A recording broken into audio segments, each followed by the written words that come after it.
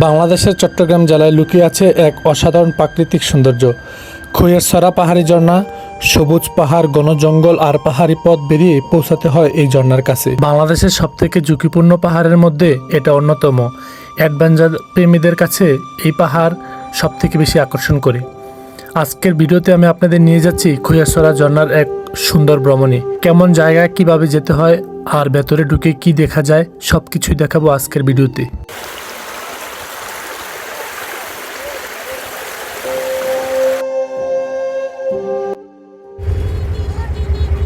যারা ঢাকা থেকে যাবেন তারা যাওয়ার পথে খৈয়াছড়া ঝর্ণা স্টেশনে বাস চালককে বললেই আপনাকে নামিয়ে দেবে।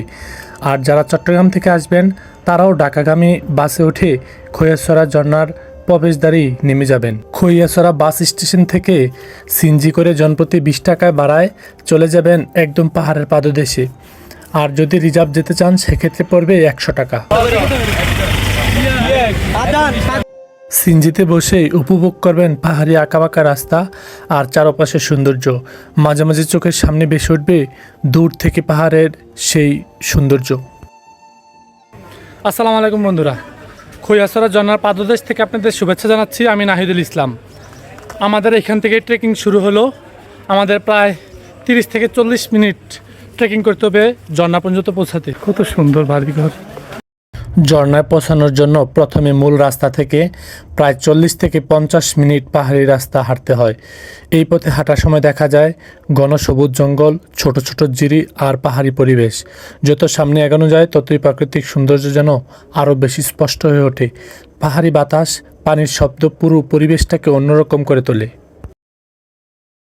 গহীন রাস্তা, এই গহীন রাস্তা ধরে আপনারা ধীরে ধীরে এগিয়ে চলবেন পাহাড়ের দিকে। এই যে খৈয়াছড়া ঝর্ণা ক্যাম্পিং এখান থেকে শুরু। আপনারা যোগাযোগ করতে চাইলে এই যে এই নাম্বারগুলোতে যোগাযোগ করবেন। এডমিন আছে নাহিদ, আমার নামের সাথে মিল। এখানে এসে দেখবেন টিকিট কাউন্টার। টিকিট কাউন্টারে জনপ্রতি মাত্র 20 টাকার টিকিটেই ঢুকতে পারবেন আপনি সেই প্রবেশদ্বারে। জনপ্রতি টিকিট কত টাকা? 20 টাকা। 20 টাকা, আমাদের 2টা দেন। এই যে এখানে একটা মিনি ঝর্ণা, আমরা টিকিট কাটছি জনপ্রতি 20 টাকার টিকিট কাটা।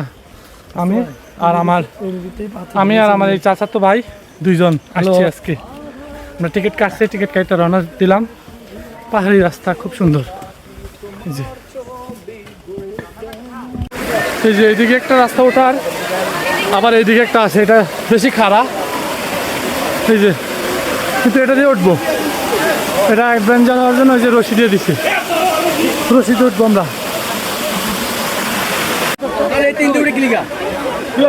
কত ভয়ঙ্কর রাস্তা, সব সাবধানে সাবধানে। অবশেষে সামনে দেখা যায় খৈয়াছড়া ঝর্ণার প্রথম ধাপ। উঁচু পাহাড় থেকে নেমে আসা স্বচ্ছ পানির পাথরের উপর দিয়ে বয়ে যাচ্ছে। চারপাশে সবুজ পাহাড় আর ঝর্ণার শব্দ মিলিয়ে এখানে দাঁড়ালে মনে হয় যেন প্রকৃতি এক শান্ত জগতে চলে আসছি। যারা একটু সাহসী এবং অ্যাডভেঞ্চার পছন্দ করেন তারা চাইলে ঝর্ণার উপরের ধাপগুলোতে উঠতে পারেন। উপরে উঠলে দেখা যায় আরও সুন্দর দৃশ্য। পাথরের উপর দিয়ে নেমে আসছে ধাপে ধাপে পানি। প্রতিটি ধাপের সৌন্দর্য আলাদা। প্রতিটি জায়গা দাঁড়ালে মনে হয় প্রকৃতির এক নতুন ছবি দেখছি।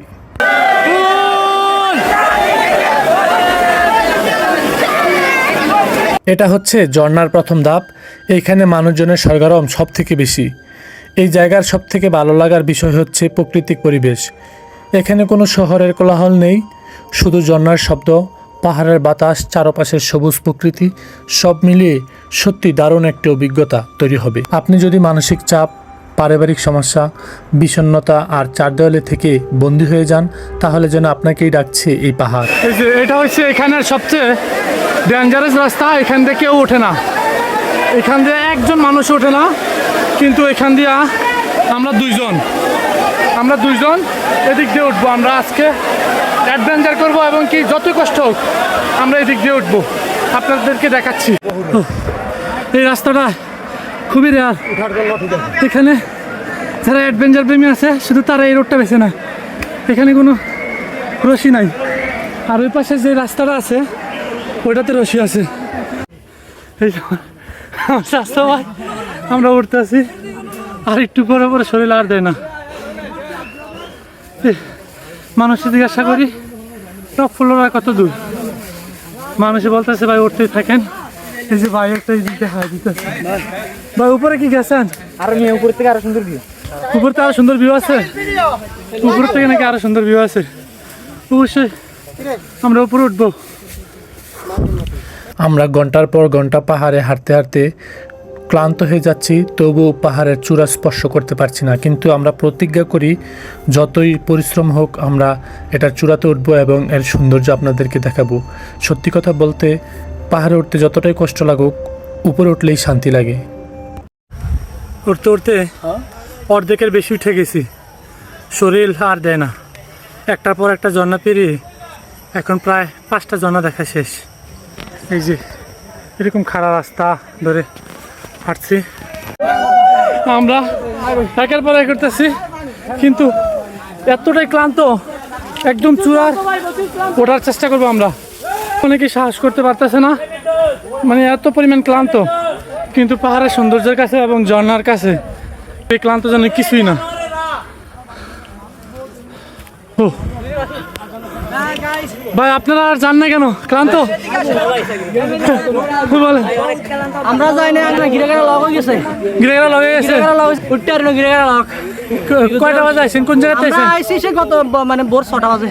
কোন জায়গাতে আইছেন? নীলফামারী থেকে আইছি, নীলফামারী। নীলফামারী থেকে আইছেন? ভাইরা নীলফামারী থেকে আইছে। অবশেষে আমরা 4 ঘন্টার বেশি পাহাড় ট্রেকিং করে চলে আসলাম সর্বোচ্চ চূড়ায়। এটাই হচ্ছে পাহাড়ের সর্বোচ্চ চূড়া। কি এটা হচ্ছে ভাই উপরের রাস্তা, এটা হচ্ছে ঝর্ণার রাস্তা, আর এটা হচ্ছে টপ ভিউ। আমরা একবার ভিউ দেখে আসলাম, একবার উপরে ছিলাম। ভাই ঝর্ণা কি এদিক দিয়ে যাওয়া যায় না? হ্যাঁ ঝর্ণা যাবো এখনই।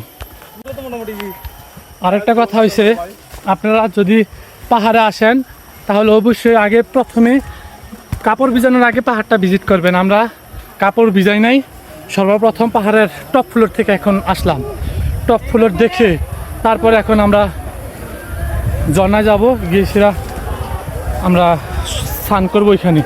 আপনারা সব সময় যখনই আসবেন প্রথমে পাহাড়টা ঘুরে দেখবেন। কাপড় ভিজানোর আগে আপনারা পুরাটা দেখে নেবেন। কাপড় ভিজাইলে পিচ্ছিল হয়ে যায়, এই জন্য পরবর্তীতে হাঁটা চলাটা একটু কষ্ট হয়ে যায়।